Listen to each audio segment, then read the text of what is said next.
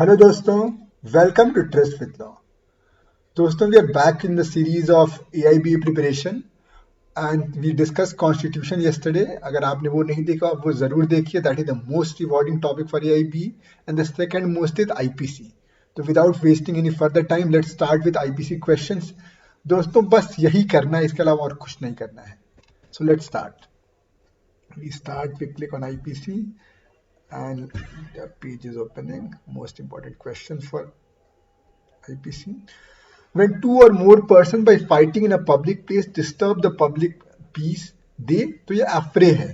तो ये न riot है न assault है. This is affray. Promotion of class hatred कहाँ पे दिया हुआ है? तो अगेन दोस्तों आपके पास बेयर एक्ट है, इसलिए बहुत आपको याद करने की जरूरत नहीं है. मुझे याद है, इसलिए 153A में दिया हुआ है. 144A सब नहीं, 153 IPC क्लास हेट्रेड के बारे में बात है. Distinction between 299 and 300 was made clear. अब ये थोड़ा कॉन्सेप्चुअल है, आपको बेयर एक्ट नहीं पता चलेगा, बट दिस इज रेग versus Govinda. R versus Govinda भी बोलते हैं. ऑल्दो दोस्तों आर वर्सेस गोराचंद गोपी भी उसी मतलब 299 300 का ही है, लेकिन जो इसमें जज का नाम दे दिया जस्टिस मेलविल, इन्होंने आर वर्सेस गोविंदा में बताया था. उसके बाद when two or more persons agree to do an illegal act or to do an act which is not illegal, by illegal means ये तो criminal conspiracy की definition है, section 120A IPC. The provisions regarding sedition are given under section 124A IPC. अब X strikes A by this provocation, उसको violent वो provoke हो जाता है. Y wants to kill by taking advantage of A's rage, उसका revolver पकड़ा देता है. तो दोस्तों since A has done under grave and sudden provocation, तो वो कल्पेबल होमिसाइड के लिए लायबल होगा and Y is for abetment. अब इसमें कंफ्यूजन आपको आ सकता है कि वाई तो अबेटमेंट ऑफ मर्डर के लिए लायबल होना चाहिए, क्योंकि उसको प्रोवोकेशन, उसको ग्रेव एंड सडन प्रोवोकेशन का डिफेंस ऑफेंडर को मिलेगा जिसने एक्चुअल मतलब कि डेथ कॉज किया है, इसको क्यों मिलना चाहिए. But again let's go by the most correct option. तो इसमें मोस्ट करेक्ट ऑप्शन यही है कि A is liable for committing culpable homicide, Y is liable for abetting culpable homicide. The provision of right of private defense, one of the most important questions, शायद इस बार भी आ जाए. 96 to 106. The provision related to dowry is given under 304B, dowry death. 7 साल चाहिए होता है उसके लिए, 7 साल के अंडर कंप्लेंट होनी चाहिए. Which of the following section is designed to curb infanticide? Infanticide मतलब क्या कि बच्चा पैदा हो गया, और जो कि I should not say this, but पहले यही होता था कि लड़की पैदा होगी तो फिर अगर पहली कोशिश तो फीटिसाइड होती थी, अगर वो बच गई पैदा होगी तो फिर उसके इन्फेंटिसाइड. तो ये 315 है. 313 वो है जिसमें डेथ ऑफ मदर कॉज हो जाता है, या death of child without consent of मतलब जो फीटस में ही डेथ कॉज करना without the consent of the mother, ये सब चीजें हैं. 317 भी आपको कंफ्यूजन हो सकता है, लेकिन दोस्तों याद रखिएगा 317 में कुंती लायबल थी क्योंकि उसने कर्ण को अबैंडन कर दिया था. इन्फेंटिसाइड हो जरूरी नहीं है. 315 is for infanticide. A person undergoing life imprisonment if attempts to commit murder and hurt is caused thereby, तो he may be punished with death. आप क्वेश्चन आएगा, आप कहाँ देख पाएंगे? अटेम्प्ट टू मर्डर इसमें लिखा हुआ है, तो आप 307 देखिए. Punishment to which offenders are liable under provision of IPC, death and imprisonment, rigorous imprisonment, simple imprisonment. तो all of the above, A और बी दोनों सही है. आप कंफ्यूज हो सकते थे फॉरफीचर ऑफ प्रॉपर्टी, लेकिन वो सब चीटिंग वीटिंग में फॉरफीचर हो जाती है किसी न किसी सेक्शन में. A places men with firearms at the outset of building and tells Z that they will fire at Z. Z attempts to leave the building. If Z attempts to leave the building, A is. अब wrongful, इसमें आपको confusion आ सकता है. wrongful confinement होगा. Difference क्या होता है? जैसे किसी बिल्डिंग में को और कहीं जाने का रास्ता नहीं है तो confinement होता है. अगर रोड रास्ते में रोक दिया है तो आप साइड जा सकते हैं, दाएं बाएं पीछे, तो wrongful restraint वो होता है. ये illustration है इनफैक्ट wrongful confinement का. A incites a dog to spring upon Z without Z's consent. If A intends to cause injury, fear or annoyance to Z, ये क्रिमिनल फोर्स. अगेन इलस्ट्रेशन है क्योंकि criminal force के ingredient सही है कि कुछ insight कर रहा है और इंटेंशन था उसको इंजरी, फियर, अनॉयंस कॉज करने का, तो ये क्रिमिनल फोर्स है. Section 350 IPC.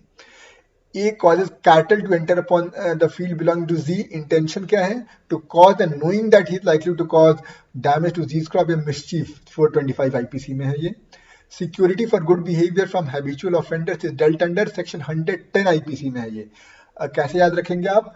वैसे तो अगर आप खोजेंगे, अगर आपके पास बेयर एक्ट है, इंडेक्स है, तो आप पता कर लेंगे. हैबिचुअल ऑफेंडर 82 में भी बात हुई, लेकिन वो सीआरपीसी, कंफ्यूज नहीं होना है. ये 110 आईपीसी की बात हो रही है। आप याद कर लीजिए article 110 deals with money bills and constitution, section 110 deals with section 110 CrPC, हाँ सॉरी सीआरपीसी की बात हो रही है।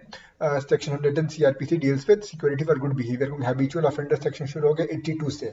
82 होता है प्रोक्लेमेशन की भी बात वहाँ की जाती है, 83 में अटैचमेंट ऑफ प्रॉपर्टी होती है उनकी। Provisions of IPC apply also to any offence committed by any citizen of India in any place, even बाहर भी extra territorial jurisdiction है। किस सेक्शन की वजह से? Section 4, and correct me if I'm wrong. Without and beyond India, any person or any ship or aircraft registered in India, ठीक है। Any person in any place without and beyond India committing offence, computer research जो IT Act के amendment days को insert किया था, all of the above, it's all of the above. Voluntarily throwing or attempting to throw acid, it's 2013 amendment के बाद आया था, 326B insert हुआ था।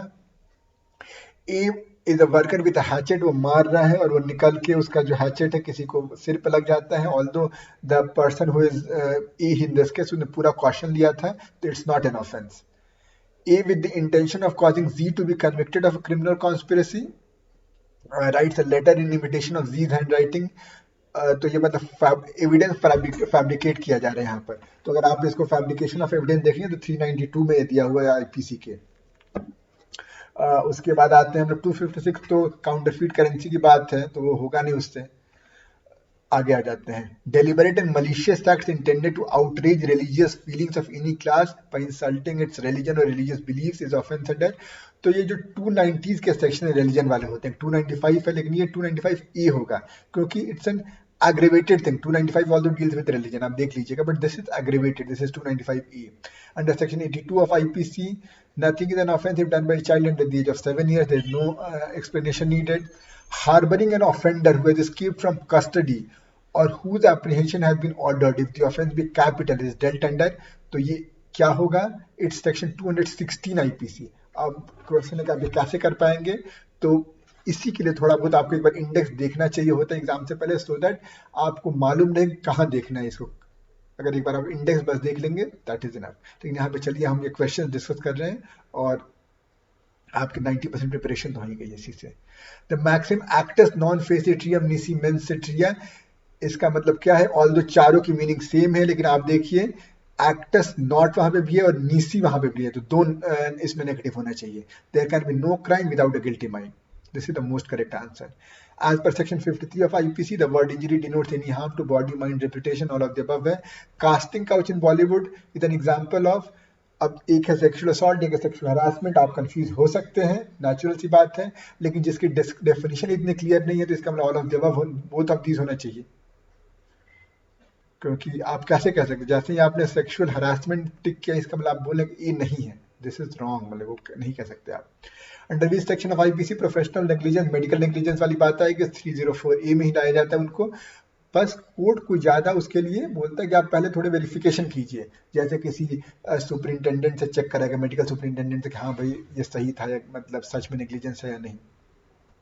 ए offers bribe to be a public servant as a reward for showing A some favor in the exercise of B's official function. B accepts the bribe. 161 से 165 जो इनसे deal करते थे वो अब रिपील हो गए, प्रिवेंशन ऑफ करप्शन एक्ट में है, लेकिन अगर खुदा न खास्ता एक क्वेश्चन आ गया तो ये 161 है। क्यों? क्योंकि 162 163, सपोज आपने मुझे ब्राइब दिया कि मेरे किसी जज या किसी से भी कॉन्टैक्ट, वैसे कोई कॉन्टैक्ट नहीं है दोस्तों, लेकिन अगर आपको लगता है कि मेरे किसी से कॉन्टैक्ट है, मैंने आपका ऐसा पोर्ट्रे किया, आपने मुझे ब्राइब दिया, तो मुझे 162 163 में लायबल ठहराया जाएगा। लेकिन यहाँ बोल रहा है कि वो ब्राइब पब्लिक सर्वेंट को ही दे रहा है, 161 होगा। Z under the influence of madness attempts to kill X, is Z guilty of an offense? Madness में किया है तो it has not committed any offence. लेकिन अगर X को मारा, will X have the same right of private defence? हाँ, section 98 IPC कहता है। Provisions for right of private defence are given between 96 to 106, repeat हुआ। The consent is not a valid consent under section 90 if given under fear or misconception of fact. Causing of the death of child in mother's womb is not homicide as provided under its explanation 3 to section 299। याद रखिएगा 300 नहीं, क्योंकि 300 में explanation की value भी नहीं आती है, वो तो वहाँ पे एक्सेप्शन क्रिएट हो जाते हैं, जिसमें एक है ग्रेव एंड सडन प्रोवोकेशन और ये सब चीजें। Punishment for defamation under IPC simple imprisonment which may extend to 2 years। Rahul Gandhi को मिल गया था 2 साल, इसलिए उसकी मतलब मेंबरशिप रद्द की गई थी। और उसको एक राउंड ऑफ चैलेंज यही था कि मैक्सिमम पनिशमेंट क्यों दे रहे हो आप, इतना भी तो गलत काम नहीं किया।